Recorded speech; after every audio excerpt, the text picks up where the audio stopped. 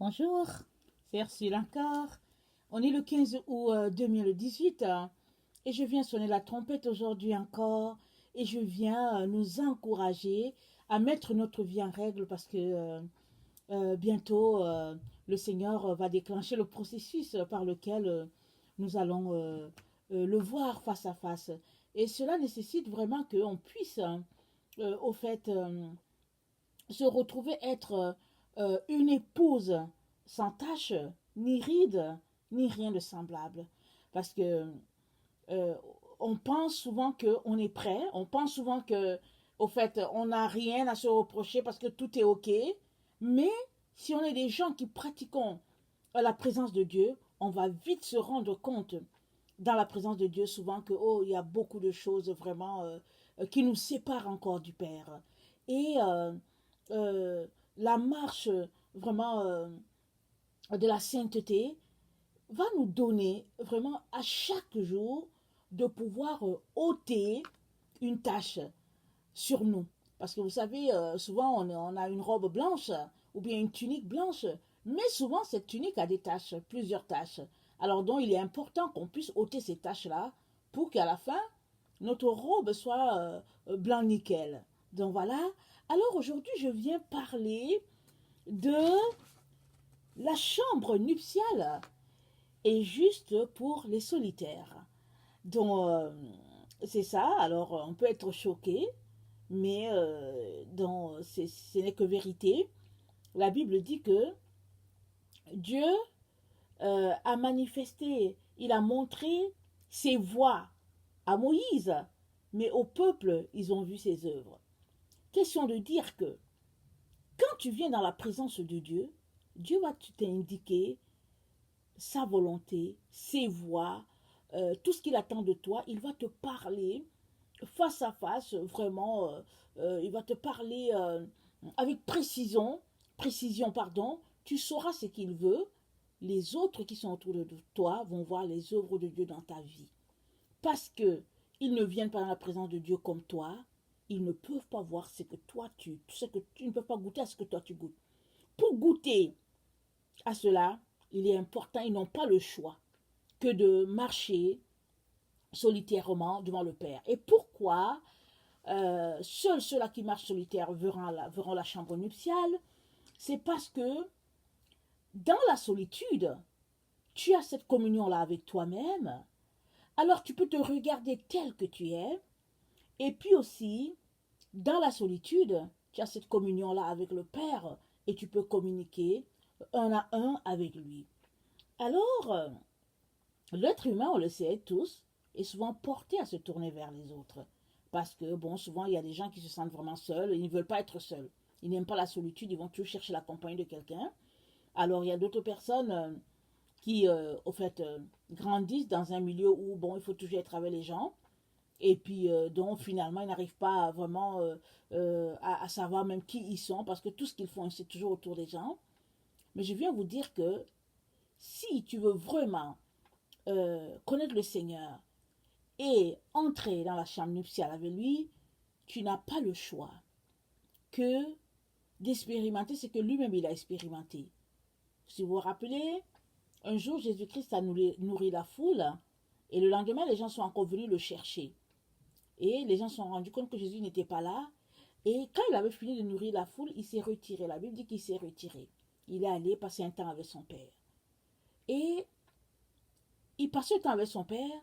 Et quand il sortait de là, il avait toujours quelque chose à donner au peuple. Alors, euh, ça c'est Jésus, le Fils de Dieu, qui on peut dire que bon, il n'avait pas besoin de tout ça, mais il nous a montré par l'exemple comment cela est possible d'entrer dans la chambre nuptiale. Et ça ne se fait que dans une relation d'intimité, de proximité avec notre Seigneur.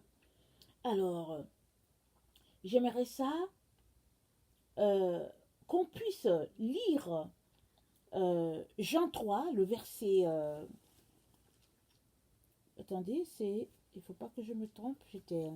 Jean 3. Ok. Excusez, j'ai pas encore ouvert la bonne page. Ok, d'accord. Jean 3, le verset 3. Jésus lui dit. Ok, on va commencer à lire, je pense, au verset... Bon, c'est pas grave, je vais lire le verset 3. Jésus lui répondit, en vérité, je te le dis, si un homme ne naît de nouveau, il ne peut voir le royaume de Dieu. Alors, ça c'est la situation où c'est Nicodème qui va vers Jésus. Alors, et il veut voir, il veut avoir plus. Il dit à Jésus, personne ne peut faire ce que tu fais s'il ne vient de Dieu. Et Jésus lui dit, en vérité, un homme, je vous le dis, si un homme est né de nouveau, il ne peut voir le royaume de Dieu. Et si vous constatez ici, Nicodème est allé seul. C'est un rabbin, il était avec tous les autres, tous ces autres-là qui combattaient Jésus, et la sagesse divine dans la vie de cet homme-là fait que il vient seul. Parce qu'il a compris que s'il posait cette question-là en groupe, tout serait refuté, et finalement les autres allaient noyer sa recherche. Alors Nicodème vient de nuit voir Jésus. On comprend qu'il ne voulait pas être vu parce que dans le jour, tout le monde voit ce que les autres font.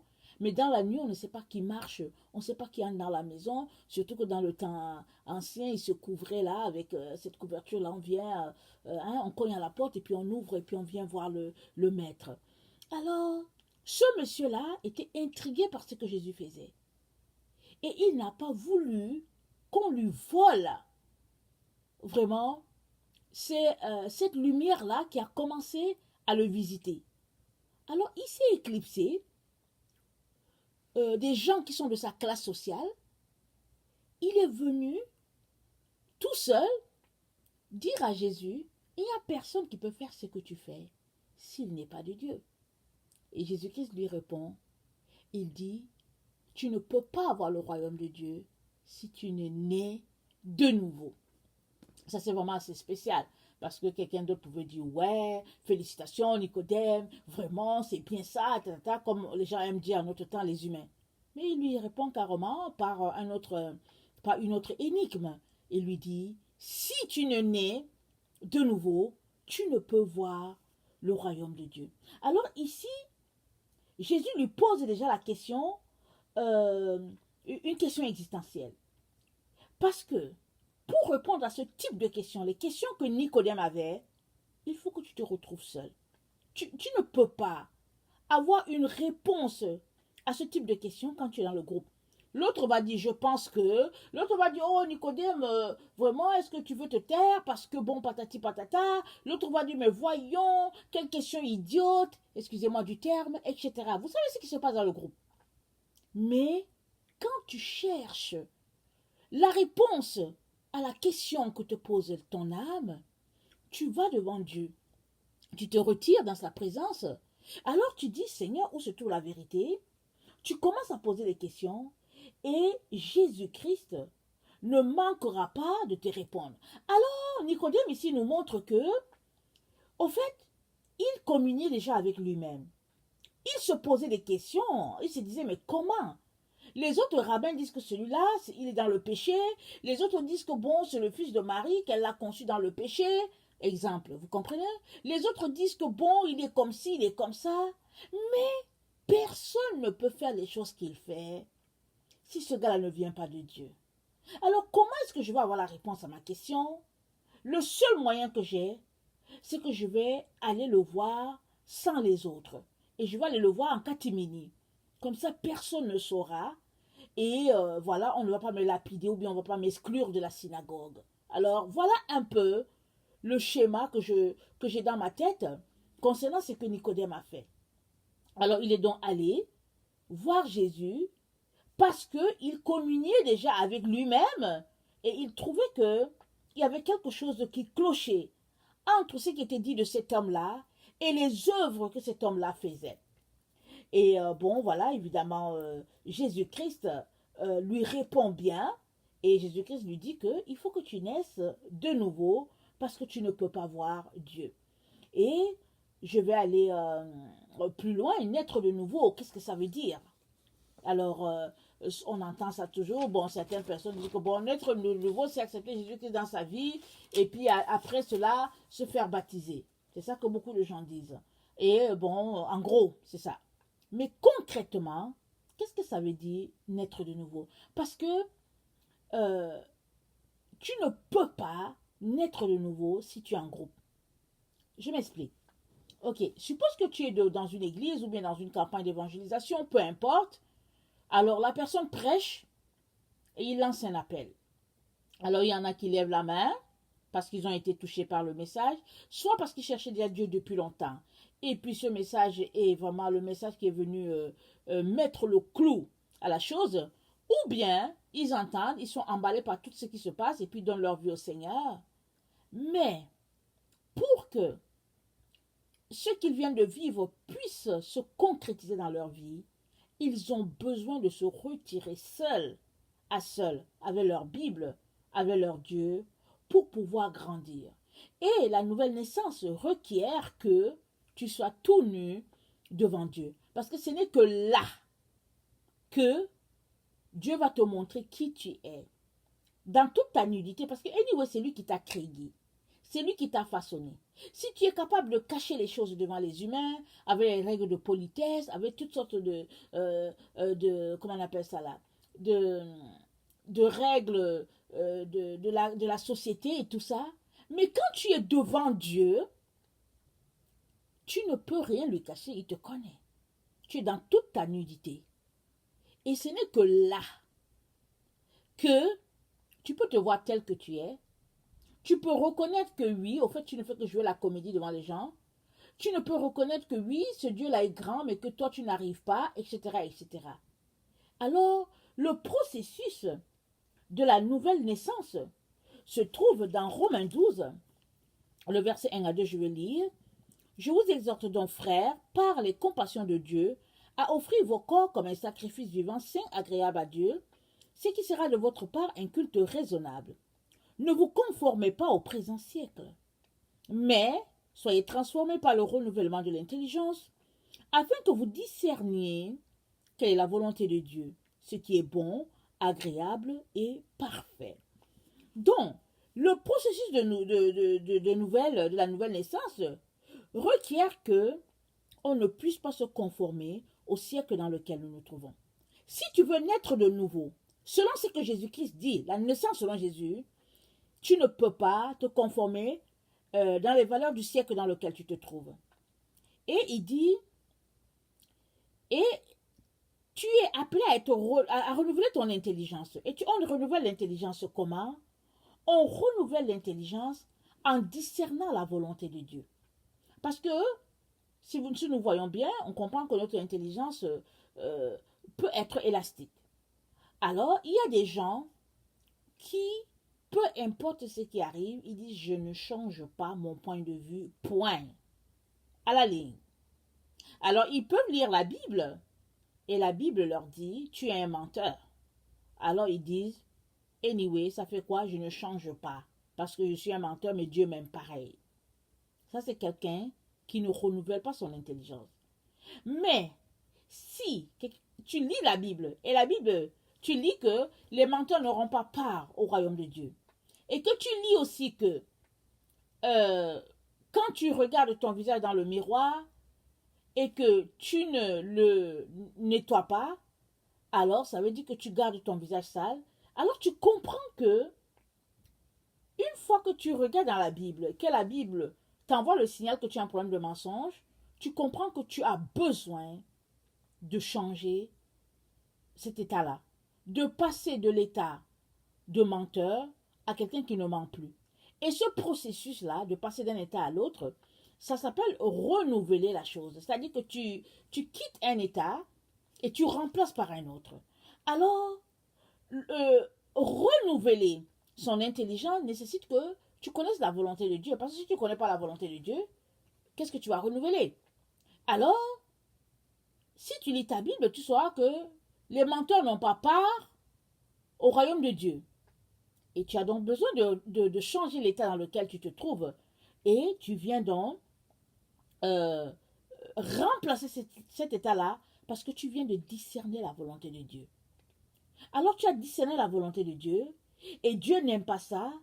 Alors tu es venu changer ton état en faisant une prière de confession en disant Seigneur, pardonne-moi, je ne veux plus mentir, aide-moi à sortir de là. Et à partir de là, tu vas faire très attention, tu vas faire ce que le psaume 45 dit à partir du verset, je pense le verset 11, si j'ai bonne mémoire, le psaume 45, verset 11, excusez-moi, ok, ça dit ceci.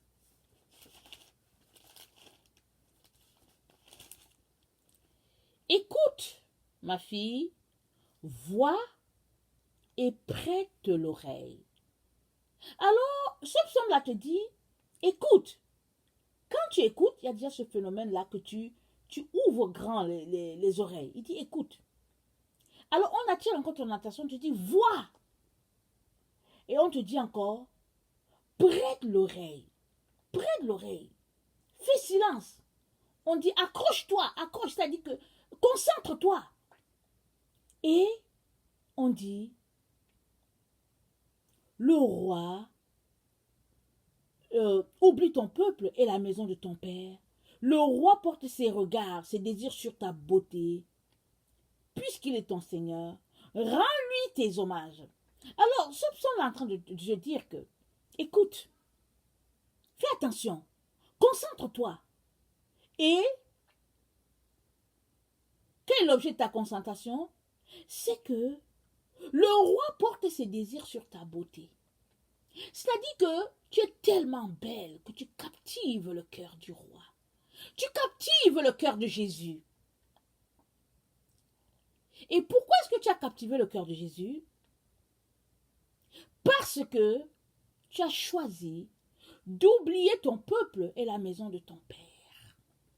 Alors ici, ce psaume est en train de te dire, si tu veux renouveler ton intelligence, si tu veux aller de l'avant, si tu veux que le roi puisse être captivé par ta beauté, alors oublie ton passé. Oublie l'endroit où tu as grandi. Oublie tout ce qu'on t'a dit. Oublie tout ça. Viens t'asseoir devant le roi, qui est Jésus. À travers le Saint-Esprit, il va t'enseigner. Tu seras tellement belle que le roi il sera captivé par cette beauté-là. Et il voudra être avec toi dans la chambre nuptiale. Et cela, ça prend que tu marches la marche solitaire. Parce que tu ne peux pas évoluer dans un groupe et pouvoir avoir une telle beauté. La preuve est que Nicodème, le rabbin, qui écoutait Jésus-Christ comme tous les autres, mais qui ne jugeait pas Jésus-Christ à la manière des autres, pour pouvoir saisir le fond de la pensée du Seigneur, a dû venir en pleine nuit pour se renseigner sur ce qui se passait avec Jésus. Et comment savons-nous que Nicodème avait accepté Jésus-Christ dans sa vie? C'est qu'une fois que Jésus-Christ est mort, lui avec Joseph d'Arimathée, ils ont pris le corps de Jésus et puis ils sont allés le mettre quelque part. Donc cet homme-là avait pu discerner en Jésus-Christ loin de Dieu. Il avait pu discerner en Jésus quelque chose de divin. Et pour cela, il l'a fait en catimini. Il s'est dit, oh, je viens de découvrir quelque chose, je ne veux pas que les autres la gâtent ma sauce. Je vais y aller seul. Et Jésus, c'est comme ça qu'on le prend. Parce que si tu veux te retrouver dans la chambre nuptiale, tu dois apprendre à être solitaire. Peu importe si les gens t'insultent. Peu importe si les gens disent n'importe quoi de toi. Anyway, ils vont le dire. Que tu sois dans ta famille, que tu sois à l'extérieur, que tu sois avec des noirs et des blancs, ils vont dire, ils vont te trouver bizarre. Mais, à la fin, tout le monde comprendra pourquoi tu as été comme ça. Parce que les résultats seront palpables dans ta vie. Parce que Jésus-Christ, une fois que tu le trouves, tu ne t'amuses plus. Hein? Ça dit quoi? La femme, Elle cherche les drachmes et puis tout ça, les perles. Et puis on dit, une fois qu'elle a trouvé la perle rare, ah, elle va la cacher. Hein. Elle va cacher ça quelque part. Parce que Jésus, une fois que tu le trouves, tu caches Jésus. Jusqu'à ce que il se révèle complètement à toi. Et maintenant, tu t'en vas aussi le partager à d'autres personnes. Mais si tu trouves Jésus-Christ tout de suite, au lieu de le cacher, comme certains font, ils ne le cachent pas, ils disent, oh, j'ai trouvé Jésus, oh, il commence, oh, tu sais quoi, il prend le téléphone, oh, tu sais quoi, c'est une bonne chose, mais ne t'inquiète pas. Si tu trouves Jésus-Christ aujourd'hui, et que c'est ça que tu fais, oh, Jésus, j'ai trouvé Jésus, avant que 3 mois arrivent, ils auront refroidi ta foi. Ils auront détruit ça, ils vont dire, oh ok, d'accord, ah d'accord, ça se voit, il est un nouveau chrétien, ça va lui passer. Et puis bon, il y a même d'autres qui sont les enfants de Dieu qui vont dire, non, viens, on va aller prendre un pot dans le bar et tout. Tu dis, mais non. Il dit, mais non, pourquoi moi aussi je suis chrétien comme toi? Viens, on va y aller, il n'y a rien là. Et eux-mêmes, qui ne marchent pas selon le Seigneur, qui sont devenus des religieux, eux-mêmes vont t'amener dans les endroits où ils partent pour aller tuer ce que tu viens de recevoir. Et après, ils vont dire, n'est-ce pas qu'on t'avait dit? On t'avait dit que ça va te passer. Parce que les gens veulent que tu sois comme eux. Et c'est Satan qui est à l'œuvre, il agit comme ça. Mais si toi, tu ne veux pas être comme eux, parce que tu veux être comme Jésus, tu n'as pas le choix que de te retrouver solitaire, à la recherche de ton Seigneur. Parce que ce n'est que les solitaires qui pourront entrer dans la chambre nuptiale. Parce que, étant solitaires, qu'est-ce qu'ils ont fait? Ils ont, je vais lire Romains 12 à partir du verset 9 jusqu'au verset 11. Donc, étant solitaires, ils ont pris le temps à se rendre beaux et belles, de telle sorte que le roi soit captivé par leur beauté et qu'il ne soit plus capable de s'en passer, et il les prend et les envoie dans, la chambre, dans sa chambre. C'est tout ce qu'il peut faire. Tellement ces personnes-là sont belles, belles d'esprit. Alors, Romains 12, le verset 9 nous dit que l'amour soit sans hypocrisie. Ayez le mal en horreur, attachez-vous fortement au bien, par amour fraternel, soyez pleins d'affection les uns pour les autres, par honneur, usez de prévenance réciproque, ayez du zèle et non de la paresse, soyez fervents d'esprit, servez le Seigneur. Réjouissez-vous en espérance, soyez patients dans l'affliction, persévérants dans la prière, pourvoyez aux besoins des saints, et exercez l'hospitalité, bénissez ceux qui vous persécutent, bénissez et ne maudissez pas. Réjouissez-vous avec ceux qui se réjouissent, pleurez avec ceux qui pleurent, ayez les mêmes sentiments les uns envers les autres, n'aspirez pas à ce qui est élevé, mais laissez-vous attirer par ce qui est humble, ne soyez point sages à vos propres yeux, ne rendez à personne le mal par le mal, recherchez ce qui est bien devant tous les hommes, s'il est possible, autant que cela dépend de vous, soyez en paix, avec tous les hommes. Ne vous vengez point vous-même, bien-aimés, mais laissez agir la colère, car il est écrit, à moi la vengeance, à moi la rétribution, dit le Seigneur. Donc, vraiment, quelle qualité! On vient de lire des qualités extraordinaires. Mais vous savez quoi, ces qualités-là ne peuvent pas se développer dans un groupe. Si tu es dans un groupe et que quelqu'un t'a offensé, qu'est-ce que Jésus vient de dire à travers la bouche de Paul? Il dit, ne vous vengez pas. Il dit, c'est à Dieu la vengeance et la rétribution. Si tu es dans un groupe, ils vont dire, non, Joe. Quoi? Il t'a dit ça? Non, non, non, tu ne peux pas laisser ça. C'est vrai, on est chrétien là, mais il ne faut pas exagérer. Moi aussi, je suis chrétien, mais non, non, non. Il faut que tu l'appelles. Il faut que tu lui dises ceci. Il faut que tu lui dises A, B, C, D, E. Ça, c'est dans un groupe. Mais quand tu es seul à seul avec ton Seigneur, quand tu as ta Bible en main, quoique ton cœur bouillonne de colère parce que tu dis que non, mais cela, il m'énerve, tu n'as pas le choix que de devenir tout petit pour dire, ah Seigneur, pardonne-moi. Aide-moi à leur pardonner. Aide-moi à les aimer comme toi tu as aimé. Aide-moi. Et ça, ces qualités qu'on vient de lire ne se développent que dans une relation de solitude. Tu ne peux pas, dans un groupe, pouvoir avancer dans certaines choses. Parce que le groupe, C'est fait pour détourner. C'est-à-dire que tu t'identifies à un groupe ou bien tu ne t'identifies pas à ce groupe. Alors la seule manière de ne pas s'identifier à un groupe, c'est d'être solitaire. C'est de regarder le groupe de loin. Et puis bon, de ne pas être en désaccord, je veux dire, comment on appelle ça, en colère avec eux. Tu les regardes de loin, tu dis que ok, si c'est ça qu'ils veulent faire, tant mieux. Et puis tu ne t'y mêles pas. Mais tu continues de chercher ton Seigneur. Et le Seigneur donc pourra te prendre un jour et t'amener dans sa chambre nuptiale. Parce qu'il a vu en toi une telle beauté qu'il ne pouvait pas s'en garder. Aujourd'hui, il est très difficile d'avoir tout ce temps de solitude-là. Souvent, on peut être seul chez soi, mais on a le monde à nos pieds. Il y a Internet, il y a la télévision, il y a le cellulaire. Et c'est vraiment déplorable qu'aujourd'hui, même des personnes qui n'avaient pas vécu avec le cellulaire ne sont pas capables de s'en passer. Moi, je suis étonnée. Des personnes qui ils sont ensemble, les enfants de Dieu, avant que le cellulaire ne soit là, c'est peut-être il y a 10 ans, peut-être c'était des gens qui parleraient les uns avec les autres. Aujourd'hui, ils peuvent être assis là, ils parlent peut-être 30 minutes, et après chacun fait sortir son cellulaire, et les gens commencent à regarder dessus, chacun regarde bon sur Facebook, sur WhatsApp, et puis bon voilà, et puis bon, et puis ils prennent le cellulaire, ils montent à l'autre, ils disent ah ah ah, regarde ça, et puis tout ça, et puis l'autre dit ah ah ah, et c'est tout ce qu'ils font. On dirait, on dirait qu'on n'a plus rien à se dire. Et c'est si difficile d'être seul aujourd'hui.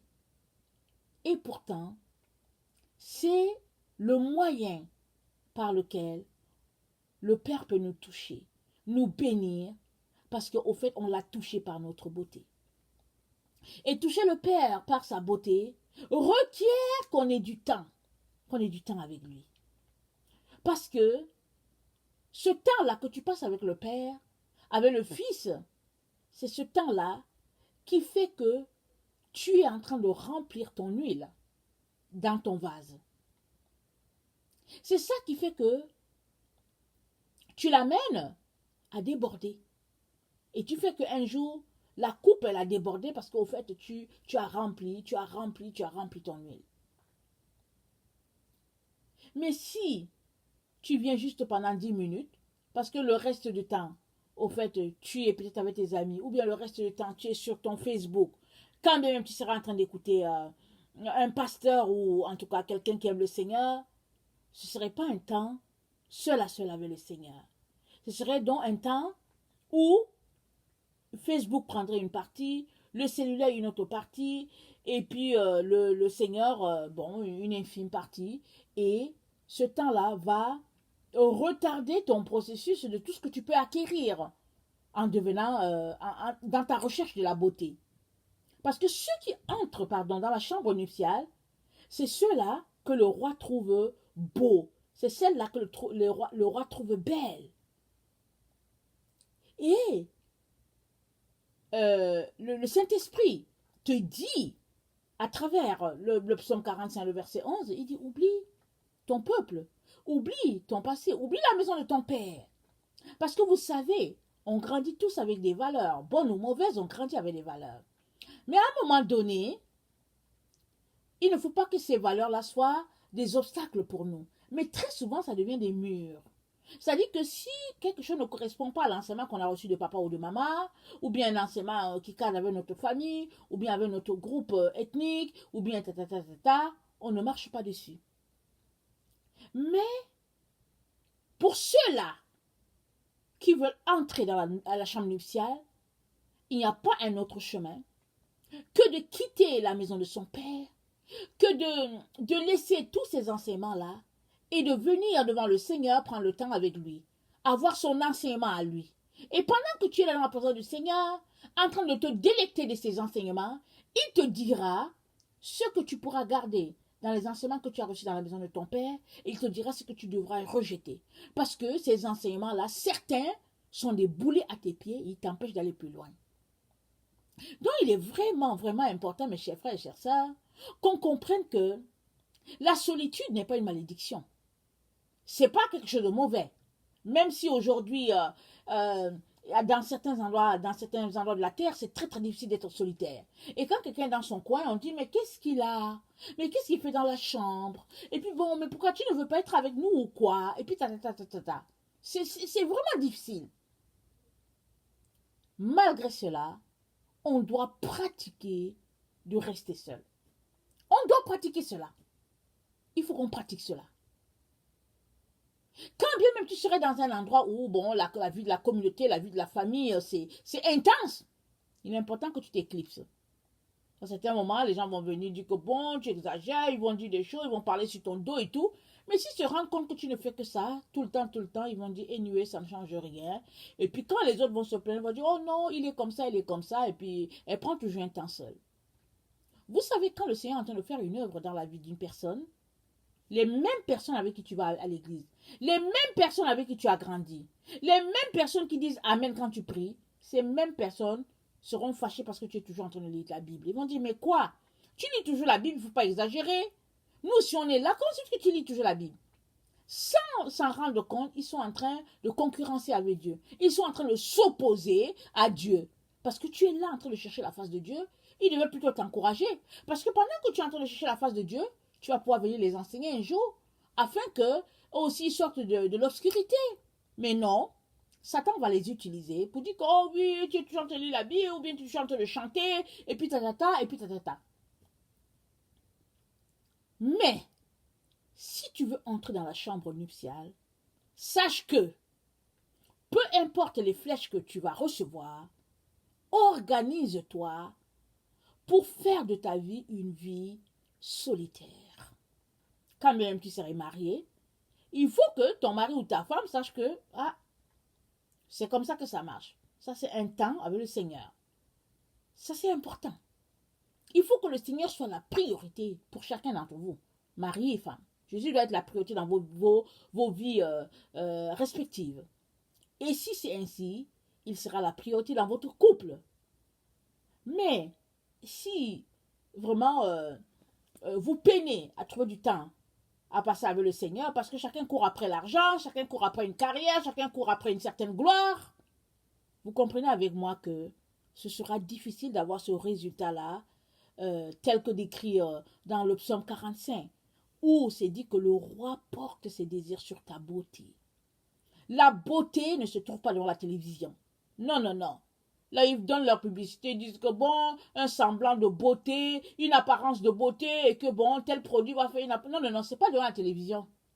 C'est dans la solitude. C'est dans la chambre, là où tout est, les rideaux sont tirés. Parce que Dieu dit que quand tu pries, ferme ta fenêtre. Il ne faut pas faire que les gens te regardent.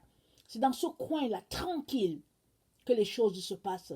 Et c'est là-bas que Dieu fait que tu mues. Tu enlèves l'ancienne peau, alléluia. Tu revêts cette peau-là vraiment d'une beauté que quand les gens te voient, ils ne savent même pas, ils ne peuvent pas qualifier, mais ils vont juste te dire que tu es belle, tu es beau. J'ai ce témoignage-là, j'ai un enfant, ma fille, elle avait vraiment, vous savez, hein, écoutez, la génération à l'école, c'est comme, bon, on te regarde, on voit que il faut les griffes, il faut ceci, il faut cela. Bon, nous, on a éduqué nos enfants dans la simplicité, et puis bon, voilà, c'est ça. Alors, quand elle était un peu plus jeune, c'était compliqué. À 11-12 ans, il y avait toujours des problèmes. Elle rentrait en pleurant. C'était compliqué, compliqué. Parce que toujours, il y avait toujours un groupe de filles qui avaient toujours quelque chose à dire à ce qu'elle portait. Or, elle a su plus tard que les filles étaient jalouses d'elle. Les filles le lui ont dit après. Ils étaient jalouses. Alors, ils voulaient qu'elle soit comme eux. Il y a souvent même, on l'avait coincée, on l'avait forcée, on l'a coincée pour qu'elle consomme de la cigarette. Elle a refusé. Alors, un jour, ils avaient déjà quitté le primaire, elle était rendue au secondaire, et là, il y a une fille qui l'aborde. Une fille qui l'aborde, qui dit, vraiment, elle n'a pas étudié avec ma fille dans le primaire. Mais elle l'aborde, elle lui dit, je veux te dire une chose, tu es tellement belle, mais je ne sais pas comment je veux qualifier ça. Elle dit, c'est pas dans les vêtements, ce n'est pas dans les griffes. Elle dit, mais quand on te voit, tu dégages une beauté. Il dit, tu as une beauté, tu as quelque chose. Alors, vraiment, je voulais te dire, je tenais à te le dire, parce que souvent je te vois passer, descendre du bus, et puis aller dans ta classe, et puis je vois vraiment ta beauté. Alors, ma fille était contente, évidemment, mais moi aussi, j'étais ravie. de savoir que ce que l'autre personne avait vu, elle le lui a dit, ce n'est pas quelque chose de physique. Elle dit, je ne peux pas qualifier. Elle dit, mais tu es tout simplement belle. Il y a quelque chose en toi qui dégage quelque chose. Ça, c'est la gloire de Dieu. Et tout enfant de Dieu doit être beau comme ça. Et si tu es beau comme ça, comment se fait-il que le roi Jésus va te laisser? Il ne te laissera pas. Il va te prendre dans sa chambre nuptiale. Il va fermer la porte derrière et il va dire aux autres qui ne sont pas beaux, qui ne sont pas belles comme toi, il va dire, retirez-vous, je ne vous connais pas. Parce que lui, il veut la crème des crèmes. Et si tu veux être la crème des crèmes pour ton Seigneur, alléluia, tu as besoin de te retirer de toutes les futilités. Laisse les gens t'insulter, c'est pas grave, ils vont t'insulter, c'est pas grave. Parce que c'est toi encore qui va te mettre à prier pour qu'ils soient sauvés du carnage. C'est toi qui vas prier pour eux, pour les racheter de ce monde perdu. Et tu as besoin de t'offrir. Maintenant que les gens parlent mal de toi, on t'insulte, on te dit, c'est pas grave, encaisse, encaisse. Un jour, le roi sera ravi, il sera séduit par ta beauté. Et il va te prendre, il ne manquera pas. Il va languir, il va dire, non, non, viens avec moi, viens, ici c'est ta place. Amen. Alors, je viens vraiment, dommage que je coupe ça comme ça, il faut que j'arrête. Alors, que le Seigneur vraiment nous donne de pouvoir soupirer à ce temps-là avec lui et puis afin de devenir beau comme ça. On n'a pas besoin d'aller chez une esthéticienne pour changer sa peau ou bien whatever. On a juste besoin de venir dans la présence de Dieu et puis tout sera nickel. Amen. Donc voilà, si toi tu ne connais pas le Seigneur, je viens te dire qu'aucun prophète ne peut te sauver. Jésus est le seul qui peut te sauver. Ce n'est pas Mahomet qui te sauvera. Ce n'est pas Bouddha, ce n'est pas Confucius, ce n'est pas la scientologie, ce n'est pas une religion, ce n'est pas tes études, ce n'est pas ton poste au gouvernement, ce n'est pas ton poste aux Nations Unies. Nothing. Rien ne peut te sauver. La seule personne qui te sauve, c'est Jésus-Christ. Celui-là appelé Yahshua HaMashiach, lui, le Fils de Dieu vivant, lui te sauvera et il te donnera une espérance nouvelle. Alors si tu crains le rejet de ta famille et tout ça, c'est pas grave, ne crains pas. Ils ne peuvent pas te tuer. La seule personne qui peut tuer ton âme, c'est Jésus-Christ, c'est Dieu le Père. Or, si vraiment, à cause de lui, tu as rejeté toutes ces choses-là et que tu veux de lui, quand bien même les gens te lapideraient, tu fermeras les yeux à ce monde et tu les ouvriras dans la gloire de Dieu. Amen. Nous sommes appelés à être tous des martyrs pour Dieu. Nous sommes appelés à mourir pour Dieu. Il nous dit de mourir en nous-mêmes. Alors si tu es déjà mort en toi-même, tu es déjà mort. Si tu es mort en toi-même, ça veut dire que tu vis pour Jésus, tu es déjà un martyr vivant. Les gens ne savent pas, mais tu es déjà mort. Alors si maintenant quelqu'un vient t'achever en te lançant une pierre, ah, c'est fini. Il n'y a pas de problème, tu vas juste te retrouver dans la gloire. Là-bas, c'est plus beau, hein. C'est plus beau. Mais il faut le vouloir. Il faut vouloir sacrifier tout pour pouvoir goûter à ce qui est éternel. Que le Seigneur nous donne tous d'arriver à ce niveau-là. Alors que sa gloire demeure sur chacun d'entre nous et soyez vraiment persévérants dans votre recherche du Seigneur et il ne manquera pas de vous bénir. Voilà, je vous aime beaucoup. Dieu vous aime davantage. Soyez bénis. Amen.